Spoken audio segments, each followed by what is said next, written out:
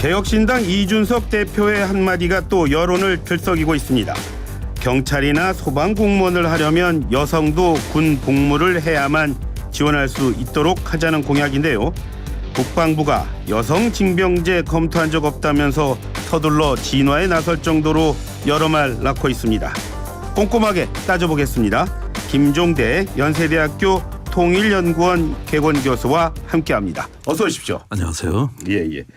자, 뭐 당장 하자는 얘기는 아니더라고요. 이르면은 2030년부터 그렇게 하자는 건데 전문가가 보실 때는 어떠십니까? 현실성 있는 얘기로 들리십니까? 글쎄 제가 그 국방만 30년 이상 바라보면서 가장 서글픈 거는 선거 때 국방 분야를 가지고 설익은 정책들을 정치인들이 막 쏟아내는데 이게 사실 당장 실현 가능성도 없는 공약들을 막 질러대는 식으로 이게 상당히 어떤 그 정치 공해 내지는 입법 공해를 불러일으켜서 상당한 후유증을 남기고 또 남녀 간의 갈등 심화시키고 결국 우리 사회가 폐허가 돼요. 이런 공약들 때문에.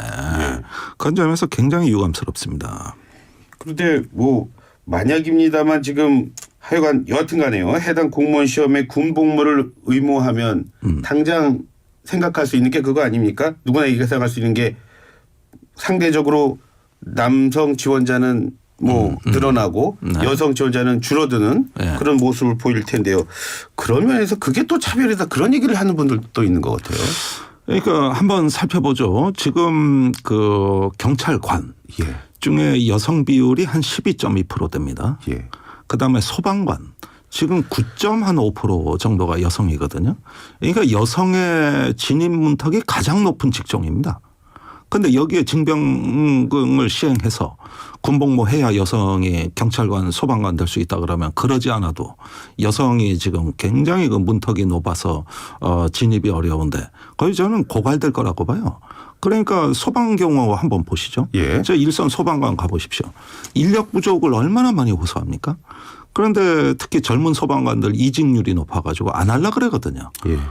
그 처우 복지 또 정신적인 어떤 그 정신건강관리 이런 게 굉장히 중요한 직종이라서 선배들이 후배들 어떻게든 붙잡아 두려고 난리인데. 그러니까요.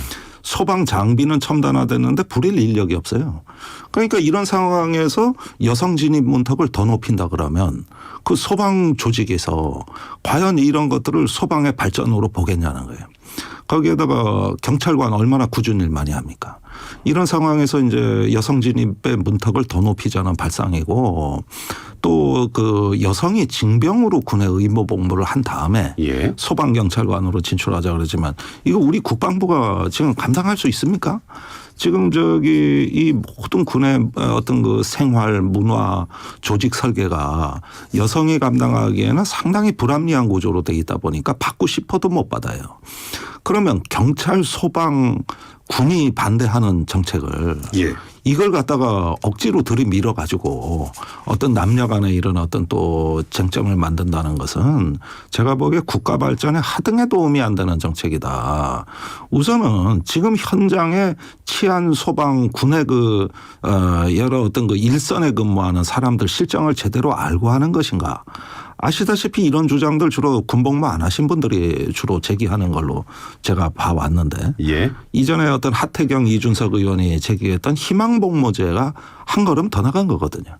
그때 당시에도 사실 그 법안이 국회에 실현될 가능성도 별로 없을 뿐더러 그러지 않아도 군 가산점 문제로 헌법재판소까지 가서 남녀 간의 그 갈등을 겪고 이걸 또 계속 연장해서 확대하자는 주장처럼 비춰지거든요.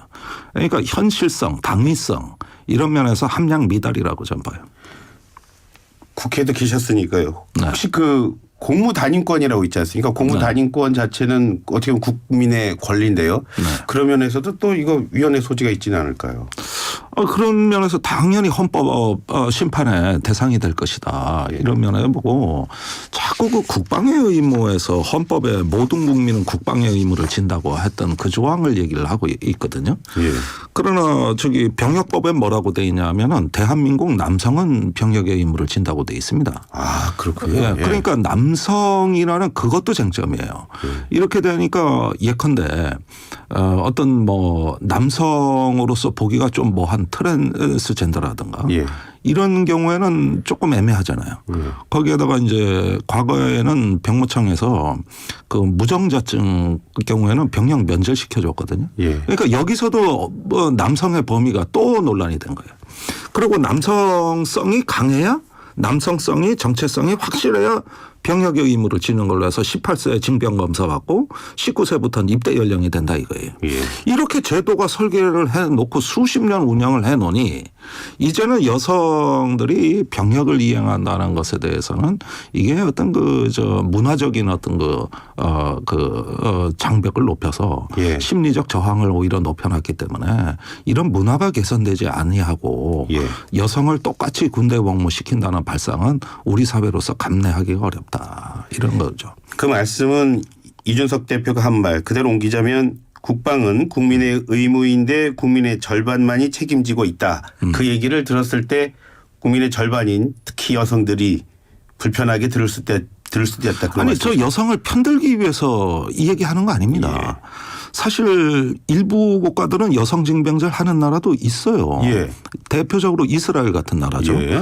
복무 기간도 깁니다. 그런데 이스라엘의 경우에는 지역 단위 의무 복무라서 그 마을 단위가 그대로 군대 조직으로 바뀌어요. 예. 그리고 군대와 이 마을 공동체가 이렇게 융합이 돼 있습니다. 우리랑은 상황이 많이 다른 거네요. 많이 다르고 예. 그다음에 노르웨이에서 여성 징병이 부활했는데 예. 복무 기간 4개월입니다. 아니 지금 저 징병제 북유럽 국가들이 해가지고 우리도 뭐 그런 거 참고해야 된다는 말들이 많은데 그 징병제는 예. 2개월 훈련 받고 2개월 학습하면 끝이에요. 그러니까 우리 같이 장기간에 걸쳐 사회와 단절되는 어떤 그 징병제하고도 판이하게 다르거든요. 그런데 외국에서도 이런 나라가 있다. 이렇게 얘기를 하면 그럼 복무 기간 우리도 4개월로 줄이죠. 그런 식이라면은 거기에다 중국, 북한까지도 모병제입니다.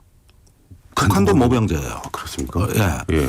그런데 징병제를 시행하는 전 세계 소수 국가들 중에서도 한국 징병제는 어떤 의무의 강도가 높고 그렇죠. 그러면서도 또 남성 위주의 이게 일종의 어떤 마초주의적 문화의 영향을 받은 설계로 운영되다 보니 예. 지금 한국 징병제는 사실 손볼 데가 너무 많은 거예요. 그런데 이런 걸 놔두고 그냥 우리가 고생했으니 여성들도 고생하라는 식의 이 막무가내식 주장은 이거는 제가 뭐 여성주의, 여성 권익을 떠나서도 참으로 그 정치인들로서는 어떤 사회에서의 어떤 그 정책의 순기능을 도외시한 아주 무책임한 발언이라고 저는 생각이 들어요. 그런데 교수님 한편에서는 이런 말을 합니다. 지금 저출생 때문에 지금 군 상비병이 병력들이 굉장히 부족한 상황이기 때문에 그런 면에서 볼 때는 지금의 어떤 뭐 여성 징병제 이게 좀 화두를 던졌다 그런 얘기도 있던데 그건 어떻게 여성 징병제 되면 출산율 더 떨어질 겁니다. 그러지 않아도 지금 바닥인데 아니 지금 저도 이렇게 경찰들하고 얘기해 보면 경찰관이 여성 경찰관이 피의자 조사 중에도 계속 그 집에 아이 독감 또 코로나 또 집에 불편한 거 있으면 조사하다가 또 집에 전화해야 되고 이러면서 육아와 그 일을 양립하는데 어려움을 겪는 분들을 제일 많이 봐요. 한국의 여성들이 다 그렇죠. 그리고 남녀 간의 그 차이가 확연하게 벌어지는 시기는 30대 중반 이후입니다. 사실 20대까지는 남녀 차별이 뭔지 몰라요. 비슷하게 가거든요. 그런데 이제 경력 단절이나 출산으로 인한 부담이 본격화되는 시기는 30대 중반 이후고 그때부터 임금 격차가 벌어지는 거거든요. 그런데 지금 청년 계층이 자기들이 보기엔 남녀 차별이 없거든요. 그러니까 아무래도 왜 여성들 성평등 강조하면서 여성에게 뭐 할당을 한다, 우대를 한다, 뭐 이런 식의 정책을 왜 하냐고 상실감을 많이 느끼는 이야기들 하는데 저는 그런 청년 정서를 이해해요. 그러나 중장년이 됐을 때 한번 봐라. 그때 가서 사정이 달라진다.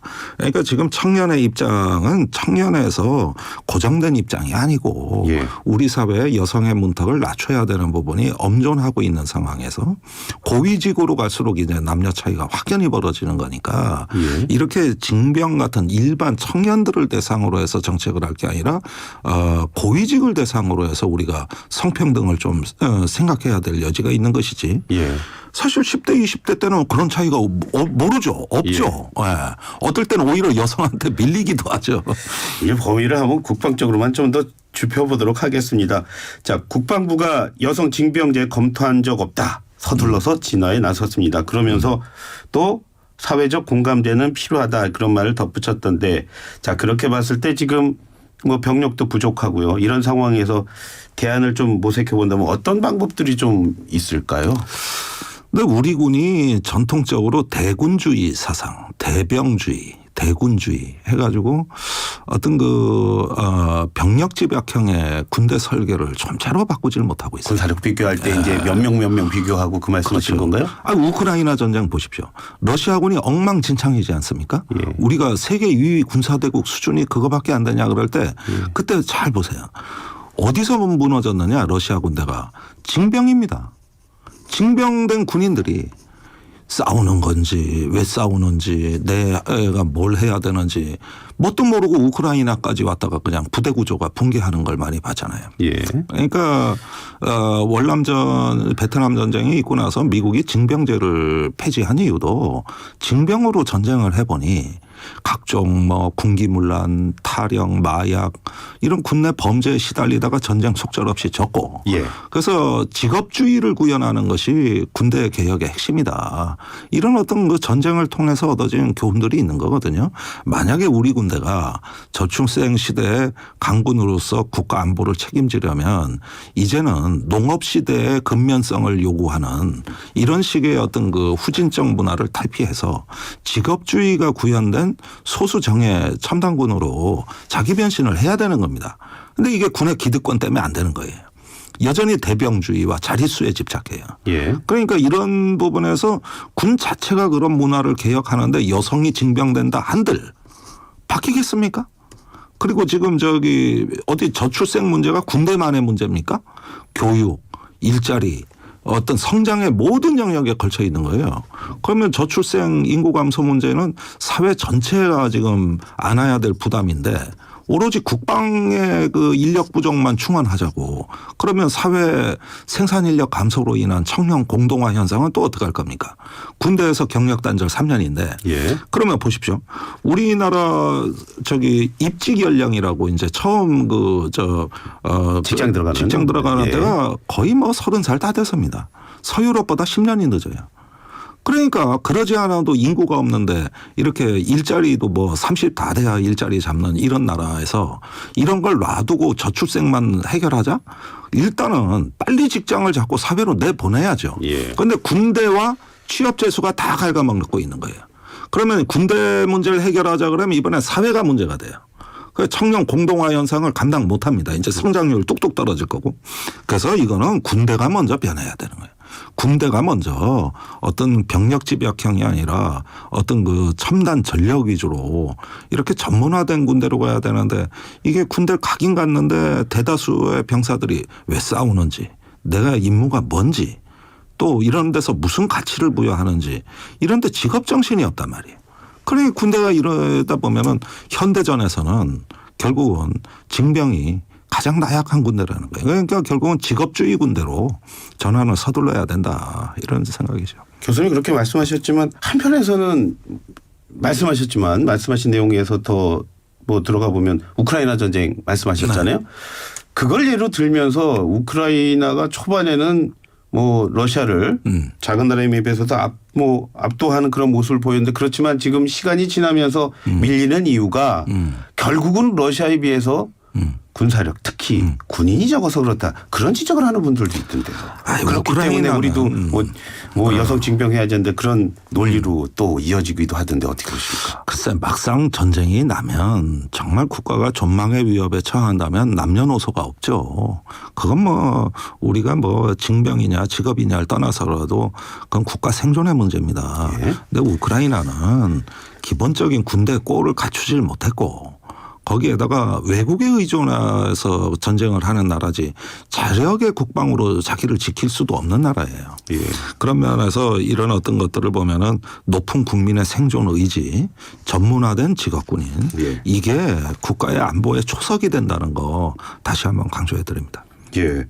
그렇다면 요즘에 우리 국방 분야 보면 뭐 혁신 뭐 그 얘기 또 강조하고 있습니다. 그렇게 봤을 때 교수님 보시기에 우리 국방혁신 그렇다면 어떤 부분 더 주안점 둬야 되는 겁니까? 글쎄요. 나는 우리 군의 지도자들이 자꾸 과거의 재래전에 집착한다는 느낌을 드는데 현대전쟁 뭐 중동 우크라이나 계속 벌어지는 거 보면은 누가 전투원인지 모르겠고 심지어는 무기 체계도 민간 드론이 군 사용 드론을 앞서가는 사례를 종종 보고 있단 말이죠. 피자 배달하는 드론이 폭탄을 떨어뜨리는 무기로 돌변하고 사이버전이 나오고 이런 가운데서 기존 전쟁의 규칙이 붕괴하고 있습니다.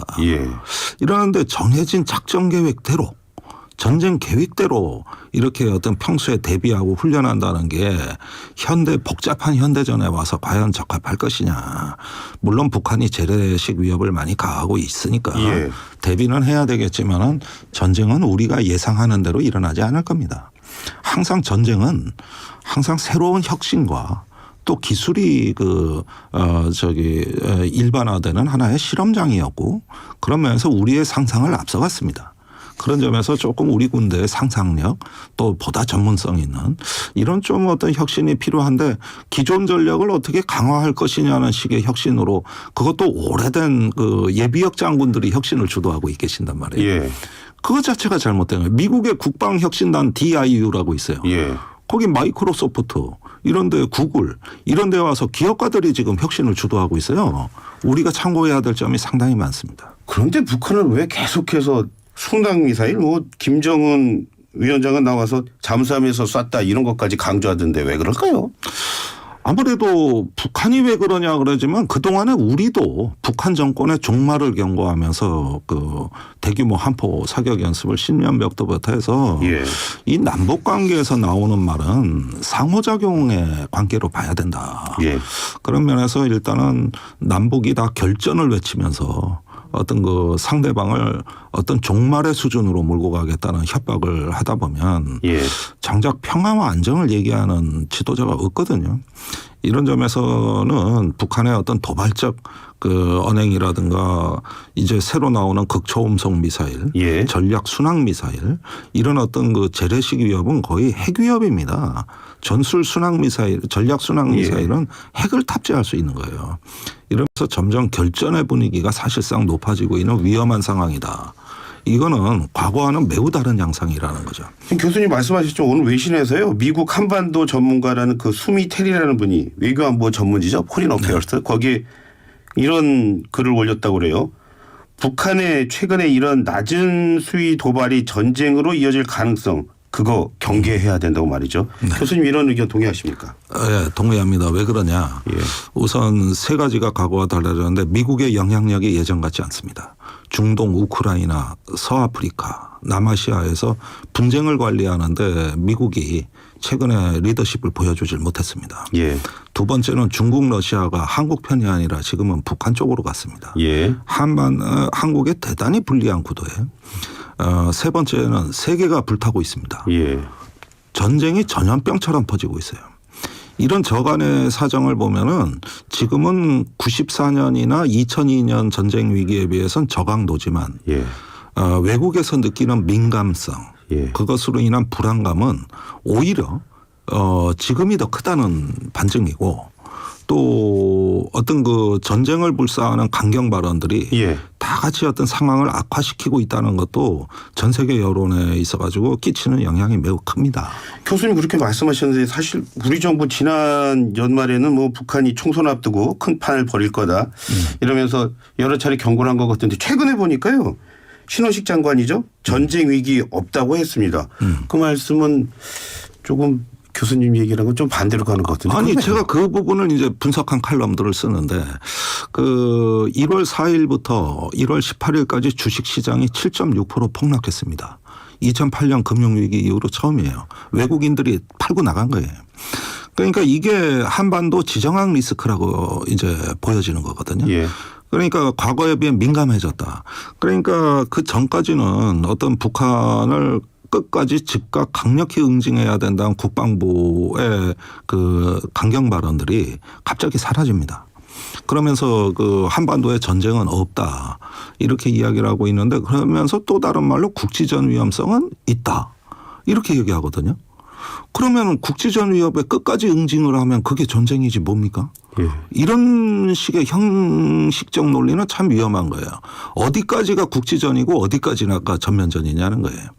한반도는 국지전이 일어나도 전쟁 못지않은 피해를 입습니다. 그게 지금의 불안한 세계, 분열된 세계에서 일어나는 일들이에요. 그래서 국지전은 괜찮고 그럼 전면전은 안 됩니까? 이런 식의 사고방식이 아니라 무조건 평화와 안정을 도모하는 책임 있는 자세를 전 요구하는 것이고 그러면서 국방부의 그 말바꾸기도 계속되는 어떤 증시 폭락과 세계의 불안한 시선을 의식해서 그런 것이다. 이런 설명을 좀 드리고 싶네요. 네. 오늘 말씀 잘 들었습니다. 고맙습니다. 감사합니다. 예, 지금까지 김종대 연세대학교 통일연구원 개관교수와 함께했습니다.